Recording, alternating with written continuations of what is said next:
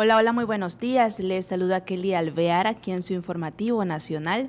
Hoy miércoles 19 de noviembre de 2025 estamos conectándonos con ustedes a través de UNPGTV en Facebook, como siempre de lunes a viernes. Les entregamos un resumen de la información más reciente a nivel local, nacional e internacional. No olviden que pueden darle like, comentar y compartir este informativo. Vamos a iniciar con la revisión de las noticias más recientes. Primero, los titulares. Ecuador no fijará plazos para dejar los combustibles fósiles, confirma ministra Manzano.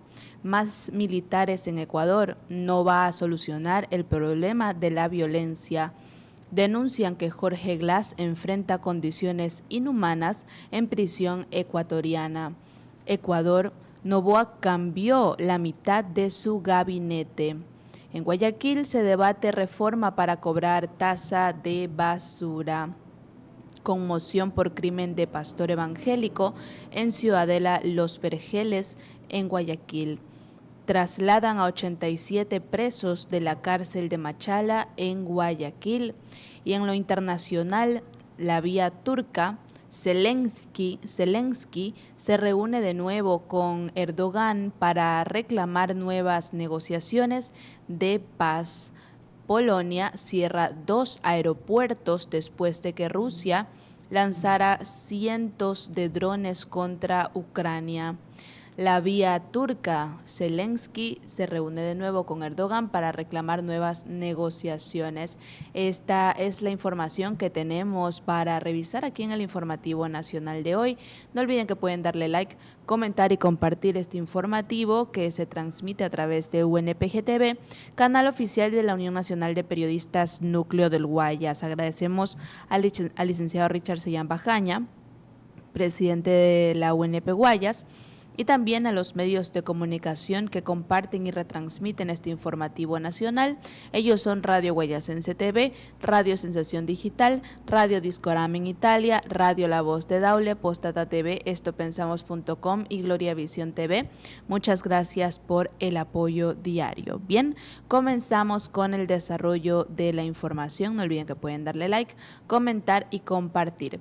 Ecuador no asumirá compromisos con fechas para abandonar combustibles fósiles, así lo informó la ministra de Ambiente y Energía Inés Manzano desde Belém do Pará, donde se desarrolla la COP30. La funcionaria aseguró que pese a la presión internacional para acelerar la descarbonización, el país todavía depende de la energía generada a partir de hidrocarburos y lo seguirá haciendo durante muchos años, dijo textualmente. Manzano, quien participa por primera vez en una conferencia de las partes como ministra, explicó que la experiencia reciente de apagones en Ecuador, derivados de la sequía que afectó a los embalses en 2024, demostró la necesidad de contar con energía firme, como la que producen las centrales térmicas, aunque reconoció la urgencia de incrementar la generación renovable, insistió en que esa transición no es inmediata ni puede ser atada a plazos estrictos. Continuamos y esta primera noticia ha sido de teleamazonas.com. La siguiente es de New York Times, quien nos dice que más militares en Ecuador no va a solucionar el problema de la violencia. González Calanche pasó meses entrevistando a decenas de miembros de la comunidad, agentes del orden público, funcionarios gubernamentales actuales y anteriores, exmiembros de grupos criminales de Ecuador. Cuando el ejército y la policía hacen operativos en Flor de Bastión, un barrio pobre de Guayaquil, la capital comercial de Ecuador, las calles se vacían, el transporte público se detiene y los propietarios de locales cierran sus comercios. Los residentes no temen tanto a los soldados, sino lo que sucede después de que se vayan. Una vez que las fuerzas de seguridad patrullaron la zona en busca de sospechosos, armas o escondites de droga, las pandillas regresan con sed de venganza, recorren el barrio en busca de cualquiera que haya podido dar información a militares o pertenezca a alguna pandilla rival. Los asesinatos por venganza pueden suceder momentos después de que las fuerzas de seguridad se hayan marchado o días después. Ecuador, un país que solía ser un refugio de paz en los Andes, ahora es el más violento de Sudamérica. Esa transformación ha sido vertiginosa. En 2016, un acuerdo de paz histórico en Colombia desmovilizó a las Fuerzas Armadas Revolucionarias de Colombia, conocidas como las FARC, que eran uno de los mayores proveedores de cocaína de la región. Las organizaciones internacionales de narcotráfico, buscando llenar el vacío, centraron la mirada en Ecuador. El país lo tenía todo: cercanía geográfica a Perú y Colombia, los principales productores de coca del mundo, buenas carreteras y puertos de aguas profundas que ofrecen una línea de exportación a los mercados de cocaína de Estados Unidos y Europa. Estas ventajas, sumadas a la corrupción estatal, la debilidad de las instituciones judiciales y la inteligencia y el colapso del sistema penitenciario, han puesto al país al centro de la cadena mundial de suministro de cocaína. Las bahías violentas que buscan participar en el negocio compiten con el control de las rutas de tráfico y de las comunidades a las que pueden forzar y extorsionar, sobre todo a lo largo de la costa del Pacífico. Las tasas de homicidio, que en 2020 eran de 7.7 por cada 100.000 habitantes, se han disparado, según estimaciones, hasta alrededor de 50 por cada 100.000 habitantes este año, la más alta de América Latina. El presidente Daniel Noboa, desde que llegó al poder en 2023, ha instaurado una campaña militar enérgica contra el crimen organizado. Sin embargo, la apuesta de Noboa por el ejército no ha traído paz. Por el contrario, han desencadenado nuevas oleadas de violencia contra las comunidades. El domingo Noboa parecía dispuesto a intentar ampliar esa apuesta, pero esta vez con la ayuda de las fuerzas extranjeras, probablemente estadounidenses. Ese día los ecuatorianos fueron a las urnas para votar en un referendo para decidir, entre otras cosas, si se eliminaría la prohibición constitucional de 2008 a las bases militares extranjeras en el país, lo que habría aumentado la dependencia del presidente del poder militar para frenar a los criminales. Más del 60% votó que no. Antes de la votación, Noboa había dicho que permitir esas bases era esencial para ganarle a los carteles transnacionales y garantizar la seguridad pública.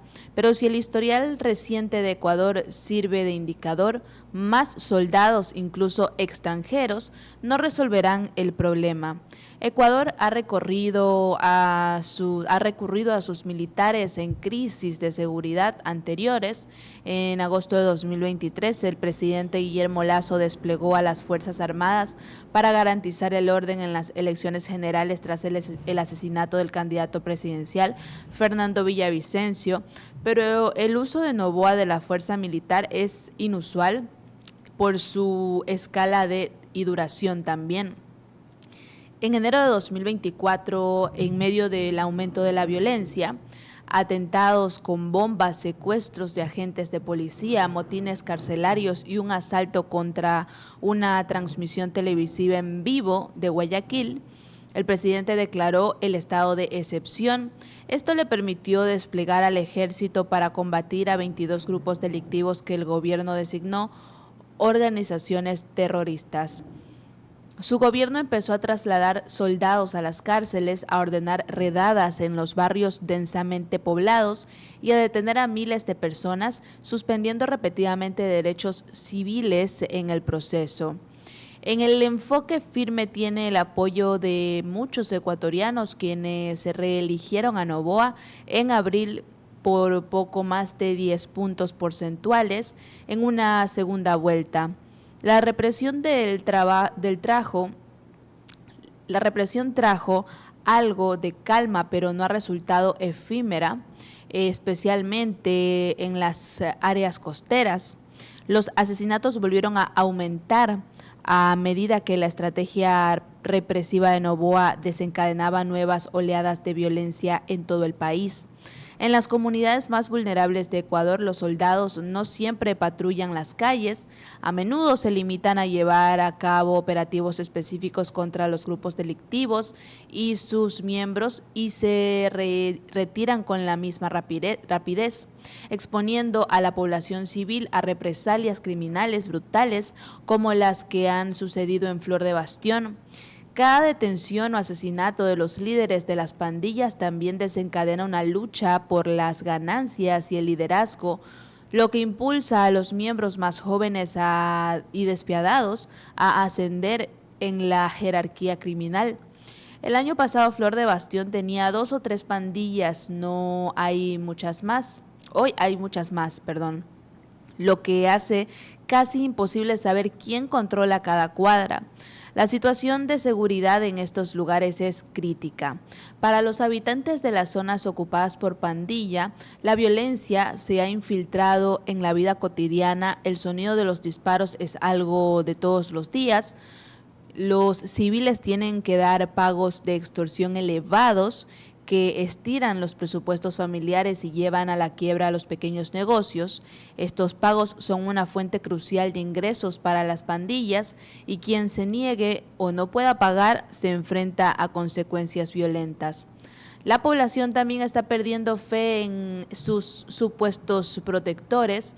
Muchos sospechan que algunos oficiales militares han sido coaccionados o corrompidos por los grupos criminales que deben combatir. Algunos residentes creen que en ocasiones los agentes de policía actúan en conveniencia con los delincuentes, enfocando la represión en los rivales de alguna pandilla. Las organizaciones de derechos humanos han documentado graves abusos cometidos por las fuerzas de seguridad, desde la tortura y violencia sexual en las cárceles hasta desapariciones forzadas, detenciones arbitrarias y ejecuciones extrajudiciales. Quienes pueden permitírselo huyen a zonas más seguras. Los ecuatorianos han respaldado una gran medida política de mano dura de Noboa, pero la opinión pública parece dividida en cuanto a hasta dónde debe llegar. Muchos ecuatorianos, tanto civiles como militares, creen que la fuerza por sí sola no puede resolver la difícil situación del país. En lugar de ello, afirman, el país debe abordar las condiciones, incluida la falta de educación, el empleo y atención médica, que han originado la ola de delincuencia. Si fuerzas estadounidenses llegaran en algún momento a territorio ecuatoriano, lo más probable es que las redes criminales encontrarían la manera de explotar las deficiencias en la campaña de represión, ya sea la actuación policial errática, la persistente pobreza y la arraigada desigualdad o los atractivos económicos del narcotráfico. Una escalada militar puede dar la apariencia de ser imponente, pero hasta que Ecuador no acabe con las verdaderas causas de la economía ilícita del Ecuador, ninguna cantidad de poderío militar, ni nacional ni extranjero, impedirá que las bandas militares amplíen su dominio. Bien, esta es la situación que estamos viviendo en Ecuador y aparentemente la solución no es tener militares en las calles. Seguimos con el desarrollo de las noticias. Ahora Telesur TV nos indica que denuncian que Jorge Glass enfrenta condiciones inhumanas en prisión ecuatoriana. El ex vicepresidente del Ecuador, Jorge Glass, se enfrenta a condiciones inhumanas en la nueva cárcel del Encuentro, prisión de máxima seguridad en Santa Elena, a la que fue enviado la semana pasada, de acuerdo con lo expresado el martes por su abogada Sonia Vera. La jurista compartió en su cuenta de X que se reunió vía remota con Jorge Glass y expresó textualmente: lo encontré extremadamente debilitado, angustiado y con una resignación que golpea. Lo que está viviendo no es una detención, es un escenario de deterioro acelerado incompatible con la vida y con cualquier estándar mínimo de humanidad, agregó en su publicación de red social X. De igual manera, subrayó que el ex vicepresidente le contó que no tiene agua para beber, que está encerrado 24 horas al día, que duerme sobre un material caliente y antihigiénico y que lleva 8 días con la misma ropa. Vera explicó que Glass está aislado las 24 horas del día y no tiene un patio donde pasear o tomar el sol. También señaló que su celda solamente tiene una luz blanca prendida durante el día y la noche, lo cual le impide dormir y lo mantiene desubicado. Por otra parte, mencionó que el exfuncionario duerme en un colchón envuelto en plástico, una sustancia antihigiénica y caliente, sin sábanas, almohada ni toalla. De acuerdo con Vera, Glass comparte una celda con otras 2 personas y no tiene privacidad ni la oportunidad de recibir atención médica. Textualmente ella dijo, está siendo sometido a polifarmacia extrema, le cambian y combinan medicamentos sin criterio, sin su historia clínica, sin evaluación, sin supervisión. Para una persona con múltiples enfermedades preexistentes, esto es una bomba de tiempo, riesgo cardíaco, riesgo neurológico, riesgo metabólico, explicó la abogada. Glass corre un riesgo de morir en cualquier momento y necesita ser hospitalizado urgentemente, según indicó Vera. El presidente de Ecuador, Daniel Noboa, por medio de su cuenta de X, confirmó que Glass es uno de los 300 prisioneros que han sido trasladados a la nueva cárcel de máxima seguridad. Allí publicó imágenes del expolítico dentro de la prisión. Glass fue uno de los hombres fuertes del gobierno de Rafael Correa entre 2007 y 2017, y en la actualidad tiene 3 condenas por delitos de corrupción. Seguimos con el desarrollo de las noticias. Por otra parte, eldia.com nos dice que Noboa cambió a la mitad de su gabinete.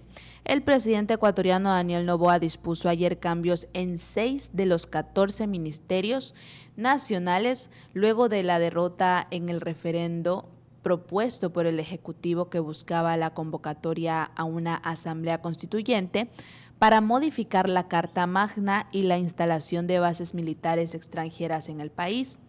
En un comunicado, la presidencia señaló que con el objeto de fortalecer la gestión pública, el primer mandatario ha dispuesto una serie de ajustes en el gabinete. Detalló que quedaron fuera de sus cargos los ministros de Gobierno, de Desarrollo, de Trabajo, de Salud, de Agricultura y de Educación, y adicionalmente el titular de la Secretaría de Gestión de Riesgos. De inmediato anunció a sus reemplazantes. La vocera principal, Carolina Jaramillo, informó en X su renuncia, que fue aceptada poco después por la presidencia. Casi el 62% de los votantes del referendo rechazaron la instalación de la constituyente y más del 60% se opusieron a bases militares en las otras 2 propuestas planteadas en la consulta: eliminar el funcionamiento público a los partidos políticos y reducir la cantidad de miembros del Congreso. También ganó ampliamente el no. Tras el resultado, Noboa reconoció en X el rechazo popular y dijo que respeta la voluntad del pueblo, seguirá luchando sin descanso por el país que ustedes merecen con las herramientas que tenemos, dijo el señor Daniel Noboa. Seguimos con la información y por otra parte, Ecuador221.com nos dice que Guayaquil debate reforma para cobrar tasa de basura. El municipio de Guayaquil abrió análisis de ordenanza que regulará la tasa de recolección de basura, TRB, luego de que el gobierno prohibiera incluir estos valores en las planillas eléctricas. El Consejo trató este martes 18 de noviembre el primer debate, en donde los ediles respaldaron una reforma que mantiene el costo actual para la ciudadanía. Los concejales aclararon que la modificación responde a disposiciones del Ejecutivo y que no altera el monto que pagan los contribuyentes por el servicio de recolección. Por ahora, el Cabildo continuará cubriendo el déficit histórico que genera este rubro. La concejala Emily Vera reiteró el compromiso municipal, textualmente dijo: no hay incremento en la tarifa, lo repito con total claridad, no sube la tasa y el municipio continuará compensando el déficit que arrastra desde su creación. Durante la sesión, los ediles revisaron documentos de la Contraloría General del Estado, que en 2023 pidió al municipio actualizar el marco legal de la tasa de recolección de basura, TRB. El organismo advirtió vacíos como la ausencia de plazos de cobro, la falta de un proceso precoactivo y convenios desactualizados con los que los agentes encargados de recaudar la tasa, principalmente Interagua. El proyecto establece que la tasa de recolección, transporte y disposición final de desechos sólidos se cancelará mensualmente. Los agentes de percepción emitirán una planilla por los servicios prestados y los ciudadanos deberán pagar dentro de un plazo señalado. Quienes no lo hagan deberán cubrir el interés de mora conforme al Código Tributario, calculado desde el día siguiente al vencimiento de la planilla. Bien, seguimos con el desarrollo de la información. Estaremos revisando más detalles de esto durante los otros informativos. Conmoción por crimen del pastor evangélico en la ciudadela Los Vergeles, en Guayaquil, según teleamazonas.com. Los actos violentos no cesan en Guayaquil. Un ataque armado acabó con la vida del pastor evangélico en la ciudadela Los Vergeles, en Guayaquil, la noche de este martes 18 de noviembre. Según narraron testigos del ataque, hombres desconocidos y armados se acercaron al pastor, identificado como Bolívar Guapi, que se encontraba en la acera de una calle, y le propinaron varios disparos a quemarropa. Los tiros generaron zozobra entre los moradores de la zona y comerciantes, que inmediatamente ayudaron al hombre. Los atacantes huyeron del lugar. Familiares de la víctima y vecinos trasladaron al hombre herido hasta una casa de salud, donde solo se confirmó su muerte producto de las graves heridas. Continuamos, y elcomercio.com también nos dice que trasladan a 87 presos de la cárcel de Machala en Guayaquil. El Ejército y la Policía de Ecuador a 87 reclusos los trasladaron desde la cárcel de Machala, en la provincia de El Oro, hacia el centro penitenciario de Guayaquil. En la prisión de la ciudad fronteriza, días atrás, hubo una masacre que dejó más de 30 fallecidos. Las labores se cumplieron este martes 18 de noviembre de 2025 dentro de una operación que intenta frenar la ola de violencia carcelaria en Ecuador. Las fuerzas del orden rodearon el centro carcelario con un dispositivo de seguridad que cubrió todo el perímetro. Los uniformados organizaron el embarque de los presos en varios vehículos y controlaron cada fase del desplazamiento hacia Guayaquil.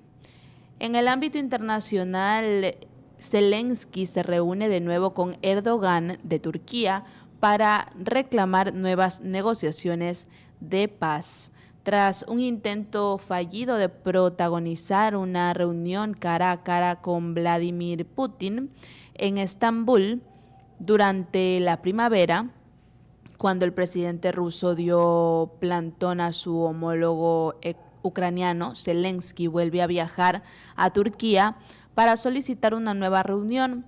Rusia ha rechazado la nueva propuesta. El presidente ucraniano Volodymyr Zelensky aterriza este miércoles en Turquía para tratar de impulsar unas nuevas negociaciones que pongan fin a la guerra que mantiene Rusia. Kiev y Moscú mantuvieron oficialmente algunas negociaciones en Estambul durante la primavera, pero sin la presencia de los dos líderes estatales ante la ausencia de Vladimir Putin. Textualmente dicen, nos estamos preparando para intensificar las negociaciones y hemos desarrollado soluciones que proponemos a nuestros socios. Eso lo escribió Zelensky en una publicación en su red social X. Vamos a estar pendientes de esta reunión. Y finalmente, Euronews también nos dice que Polonia cierra 2 aeropuertos después de que Rusia lanzara cientos de drones contra Ucrania. Aquí tenemos un reporte que vamos a ver en pantalla. Rusia lanzó cientos de drones y decenas de misiles en un ataque a gran escala en toda Ucrania durante la noche del miércoles. Los ataques tuvieron como objetivo instalaciones energéticas y de transporte, así como infraestructuras civiles en varias regiones, según las autoridades. Al menos 46 personas resultaron heridas en Kharkov, de acuerdo con el gobernador regional, mientras los bomberos luchaban contra las llamas y evacuaban a los residentes. En Ternópil, en el oeste de Ucrania, 10 personas murieron tras el impacto en 2 edificios residenciales de 9 plantas. Entre los 37 heridos hay 12 niños. En la región de Leópolis se produjo el impacto en una instalación energética, según las autoridades, sin que se registraran heridos. Ternópil y Leópolis están situadas lejos de las principales líneas del frente en el oeste de Ucrania, donde acudió mucha gente del este y el sur en busca de relativa seguridad.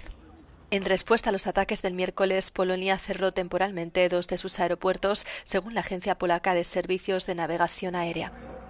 Los aeropuertos cerraron para dar cabida al despliegue de aviones de combate con el fin de garantizar la seguridad del espacio aéreo polaco.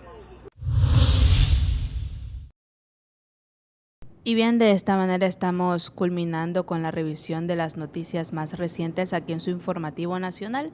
Como siempre, de lunes a viernes nos conectamos para entregarles la información de los distintos medios de comunicación. Agradecemos al licenciado Richard Sellán Bajaña, presidente de la UNP Guayas, por permitirnos llegar a ustedes a través de UNPGTV en Facebook, canal oficial de la Unión Nacional de Periodistas Núcleo del Guayas, y también agradecemos a los medios de comunicación digital que comparten este informativo nacional a través de sus redes sociales. Ellos son Radio Guayasense TV, Radio Sensación Digital, Radio Discorama en Italia, Radio La Voz de Daule, Postata TV, estopensamos.com y Gloria Visión TV. Muchas gracias por el apoyo diario a nuestro informativo. Yo soy Kelly Alvear y les deseo que tengan un excelente miércoles. Nos vemos mañana jueves, que les vaya bonito.